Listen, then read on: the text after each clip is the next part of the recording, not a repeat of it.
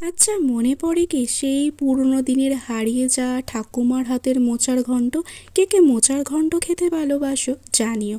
প্রথমে কড়ার মধ্যে জল গরম করতে দিয়ে মোচাগুলো কুটে রাখা ওর মধ্যে দিয়ে খানিকটা পরিমাণ হলুদ দিয়ে ওটাকে সেদ্ধ করে নিতে হবে। তারপর অন্য পাত্রে খানিকটা পরিমাণ সর্ষের তেল, তেজপাতা, শুকনো লঙ্কা আর পাঁচফোড়ন দিয়ে নেব।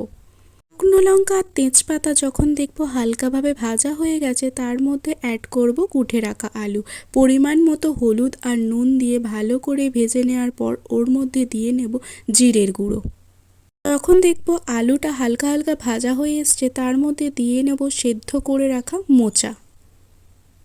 এরপরে মোচাটাকে আলুর সাথে খুব ভালো করে মিশিয়ে নেব এবং তারপরে অ্যাড করব খানিকটা পরিমাণে ভিজিয়ে রাখা ছোলা এবং স্বাদের জন্য দিয়ে দেব পরিমাণ মতো নুন আর চিনি। তারপর এর মধ্যে অ্যাড করব খানিকটা পরিমাণে জল এবং সুগন্ধের জন্য দিয়ে দেব খানিকটা পরিমাণে ঘি। ভালো করে নাড়িয়ে চাড়িয়ে নামিয়ে নিলেই কিন্তু নিরামিষ মোচার ঘন্ট রেডি। টাটা।